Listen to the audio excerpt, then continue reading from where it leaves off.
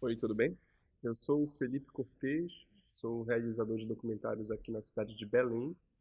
Fui convidado pelo Amazônia Doc para partilhar um pouquinho da minha experiência como realizador e como estudante de documentários aqui na cidade de Belém. Eu trabalho desde 2011 com documentário, trabalhei muito tempo na TV Cultura do Pará, então trabalho com documentário televisivo. Não sei se existe propriamente uma categoria de documentário televisivo que assume características dos programas televisivos, mas o fato é que muito do fazer documentário naquela emissora é tributário do fazer televisivo. Então eu posso dizer que tem algumas características que são compartilhadas pelos programas da TV Cultura e pelos documentários realizados na emissora. Mas isso é tema para um outro vídeo que a gente vai fazer mais à frente, porque isso também foi tema do meu mestrado.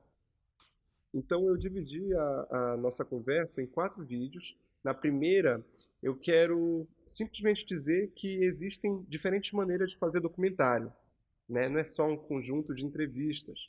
E até um conjunto de entrevistas, se o realizador domina o conhecimento das tradições documentais e dos recursos expressivos que já foram utilizados, né, por realizadores desse cinema, ele pode dar um outro sentido para esse filme de entrevistas, né? Um bom exemplo é o que o Eduardo Coutinho fez em Jogo da Cena, onde ele trabalha a entrevista como dispositivo narrativo. E ele coloca pessoas anônimas e artistas famosas reproduzindo depoimentos umas das outras no mesmo formato de entrevista, e o público, durante o filme, fica na dúvida sobre quem é a dona daquela história que está sendo contada por meio de uma entrevista. Aí eu olhei e falei, poxa, São Pedro, eu queria ir bem pra filmagem, eu queria ir bem extravagante. Não dá pra você mudar esse tempo? São Pedro não mandou o sol pra mim? Desculpe. Eu tenho, eu tenho hoje um namorado que, nossa, ele é muito meu amigo.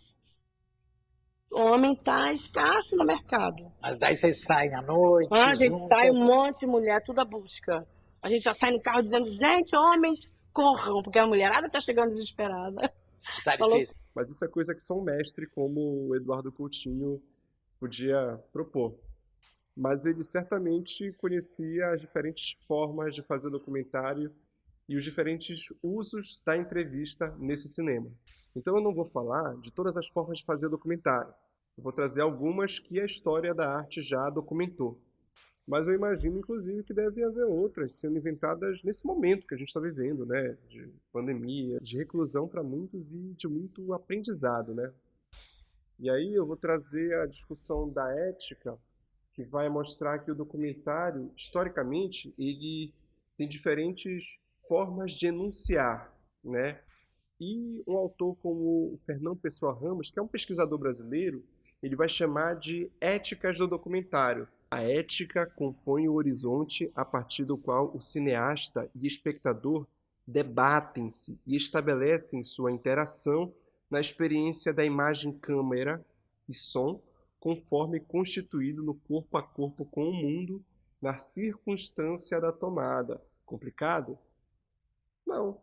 É que o realizador, no embate com o mundo, vai ter diferentes posturas de acordo com o princípio norteador que ele segue, de acordo com a ética que vai determinar as características da sua forma de enunciar. Vamos começar a primeira delas, que é a ética educativa. A ética educativa está associada ao documentarismo clássico.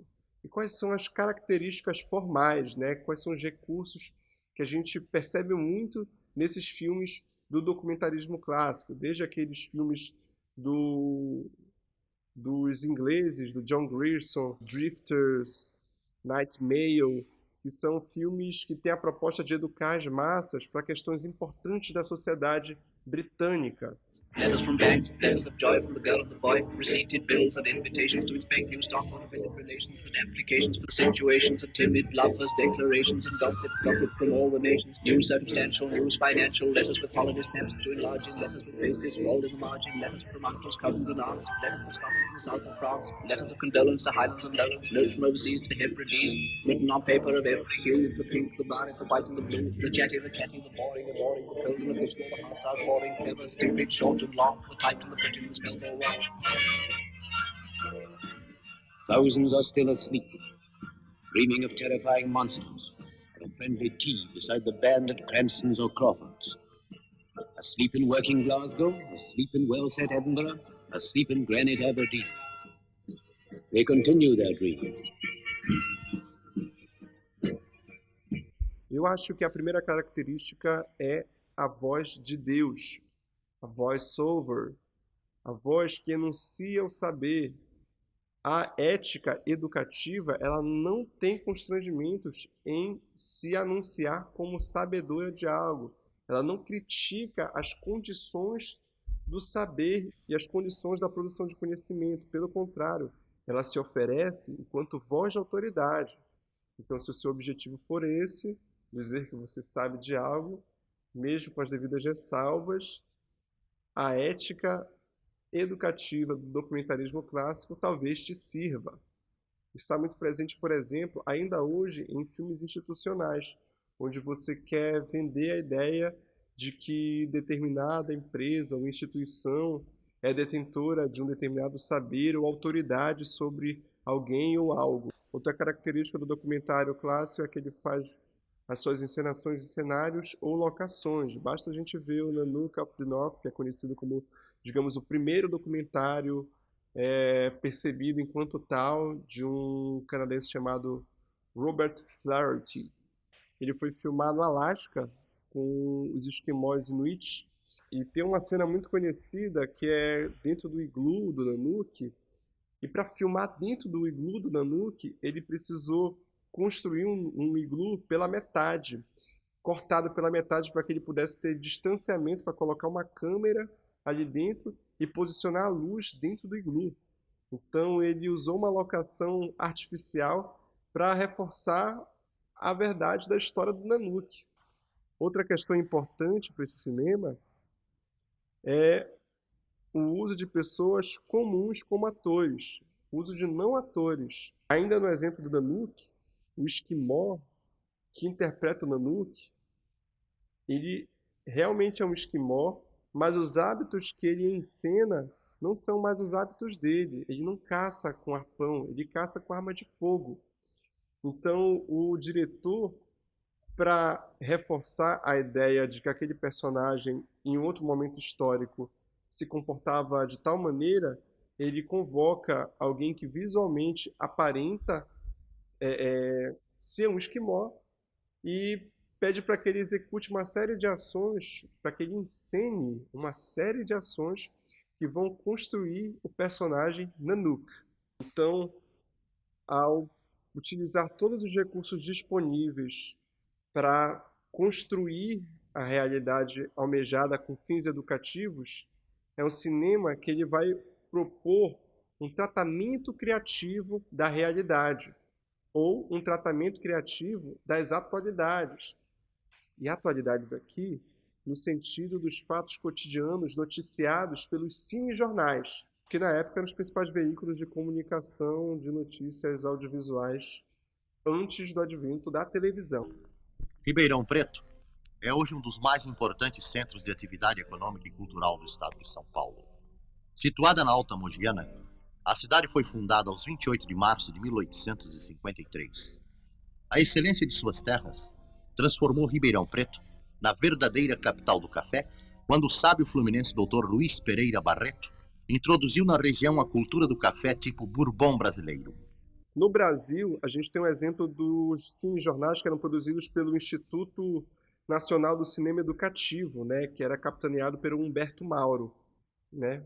grande realizador de cinejornais brasileiro. E no Pará nós tivemos os cinejornais realizados pela Parafilmes, né, liderada pelo Ramon de Banhos, que era um cinegrafista catalão que residiu aqui em Belém, trabalhou por muito tempo com política e fundou o estúdio da Parafilmes, né? Avançando um pouco, a gente tem a ética da imparcialidade, que está ligada a um outro tipo de documentário, conhecido por cinema direto. A primeira característica desse documentarismo é a observação. E daí decorre a objetividade. A equipe vai observar os fatos, não vai participar deles, vai se distanciar para registrar, para testemunhar. E essa forma de fazer documentário está ligada ao jornalismo e vai influenciar o próprio telejornalismo norte-americano. Um filme que demarca essa forma de entender o cinema é o Primárias do Drew. Ele acompanha os bastidores das eleições do John Kennedy. You look awfully satisfied right now, Tom. I'm pleased.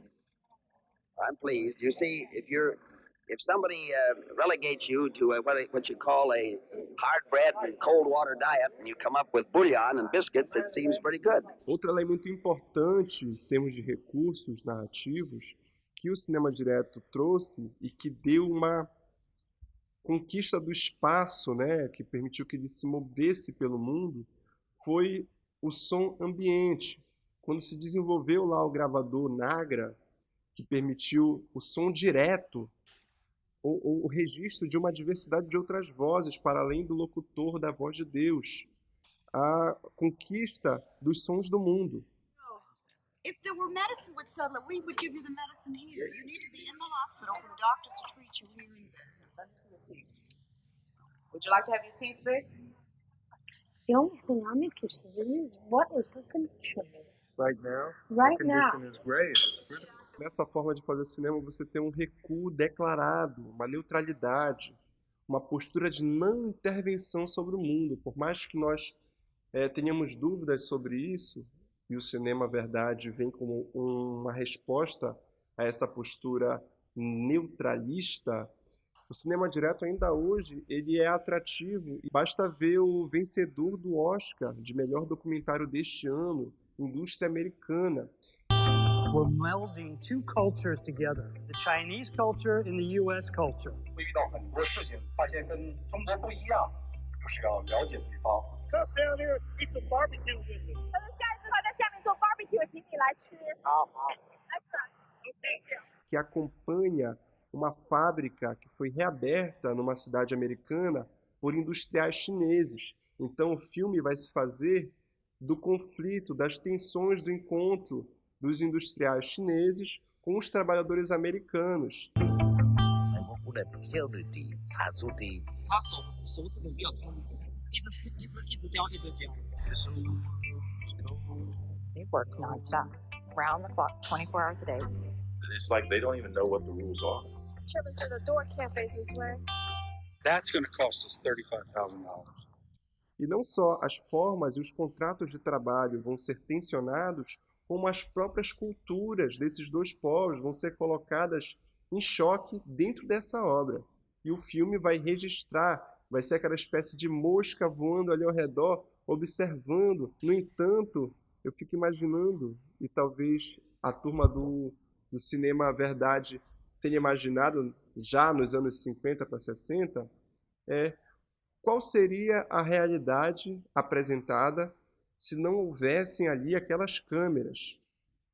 Será que a presença das câmeras não constrói realidades? A presença da câmera não ia propor, então, uma verdade própria? Aí nós vamos parar na ética interativa reflexiva, que é a ética do cinema verdade, o cinema verité. E aí as características desse cinema são a intervenção, a interação, a crítica da imparcialidade, da objetividade. O cinema verdade, ele valoriza a construção do enunciar, ele valoriza o procedimento metalinguístico de revelar o aparato cinematográfico em ação, ele valoriza a revelação do espaço de edição e de mixagem, a ilha de edição. O cinema verité revela os contratos firmados entre a equipe da produção e os personagens participantes. Basta ver um filme como Crônica de um Verão, do Jean Rouch e Edgar Morin, que inicia com os dois diretores conversando com uma personagem sobre como ela deve proceder. Outro elemento muito importante nesse cinema são as entrevistas e os depoimentos com a participação ativa do realizador, do documentarista na sequência da tomada. Seja com a voz sendo escutada, seja com a sua presença física interagindo com os personagens. Então, o realizador, o diretor, faz de si o próprio personagem. E aí a gente tem filmes como Cabra Marcado para Morrer, do Eduardo Coutinho, aqui no Brasil, no qual ele revisita os participantes de uma filmagem interrompida pela ditadura militar, e ele vai redescobrir a realidade do sertanejo brasileiro anos após aquela filmagem.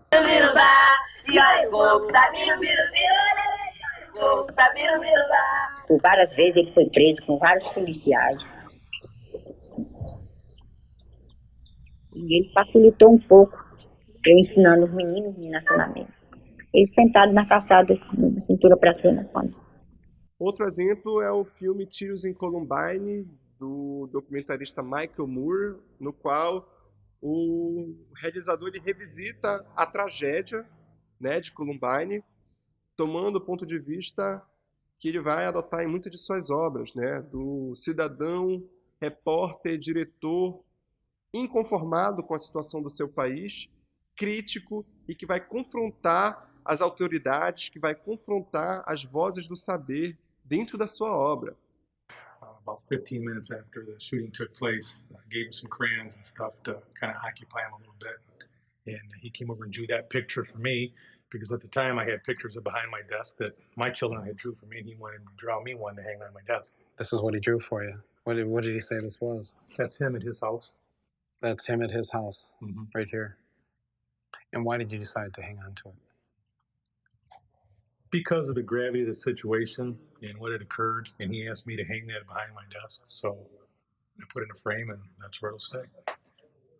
Ao contrário da ética do recuo, a ética reflexiva e interativa não tem problemas morais com o fato de sua intervenção determinar os rumos do acontecer na tomada.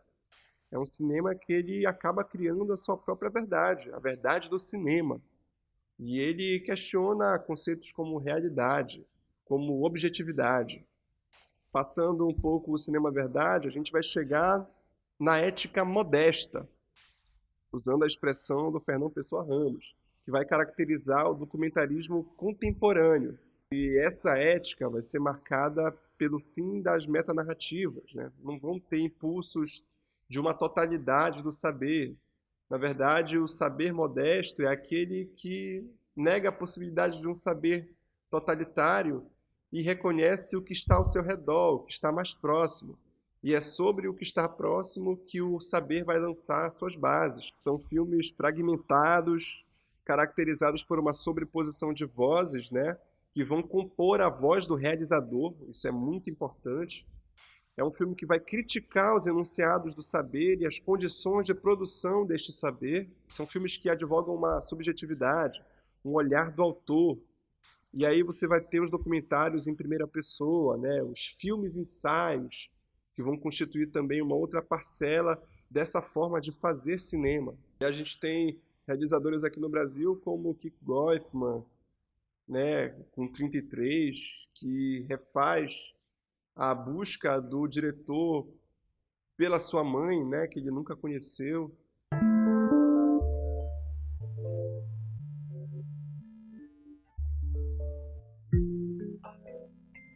Sempre gostei de falar que sou filho adotivo nas ocasiões mais inesperadas. As pessoas se sentem escolhidas em ouvir um segredo tão importante. Vejo uma certa graça nisso. Tenho 33 anos e fui adotado por Berta, que nasceu em 1933. 9 de setembro de 2001. Resolvi remexer no passado e iniciei a busca da minha mãe biológica. Escolhi um caminho duro. Fui até o escritório de alguns detetives para pedir dicas. Começava ali a minha conversão em um desconfiado compulsivo. Criei um método e, a partir dele, um fim. eu tinha apenas 33 dias de busca. Nas manhãs e tardes, investigações. Nas noites, eu fui atrás de imagens. As poucas luzes e os vazios. Ele faz um dispositivo narrativo envolvendo números, e ele vai obedecer aquelas regras para poder perseguir o objetivo central, que é encontrar o paradeiro da sua mãe.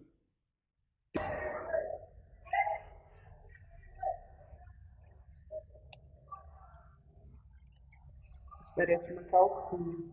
Quando eu entrei e eu vi essa coisa vermelha jogada no chão, eu pensei que fosse uma calcinha. E Cal Guimarães com Rua de Mão Dupla, que vai criar um jogo de trocas de espaço e registro de diferentes personagens ocupando a casa dos outros. Fiquei pensando assim, o que significa essa intimidade, né, da gente dentro do ambiente de outra pessoa. Essas realidades e as impressões de viver a vida do outro vão ser filmadas e documentadas. E aí tu tem uma presença muito grande nesse dispositivo narrativo da lógica das artes visuais, que é própria de um artista visual como Cal Guimarães. Bem, esse foi o nosso primeiro vídeo, onde a gente traz alguns aspectos históricos e características de diferentes formas de fazer documentário. Nesse primeiro vídeo eu apresentei 4 éticas do documentário. A ética educativa ligada ao documentarismo clássico, a ética observativa ou ética do recuo, ligada ao cinema direto, a ética reflexiva interativa, ligada ao cinema verdade, e a ética modesta, que é ligada ao documentarismo contemporâneo. Então eu acho que quando eu trago diferentes escolas do documentário, eu trago diferentes possibilidades de estratégia de abordagem e de recursos que foram empregados ao longo do tempo. No próximo vídeo eu vou falar sobre recursos expressivos no documentário. Até a próxima!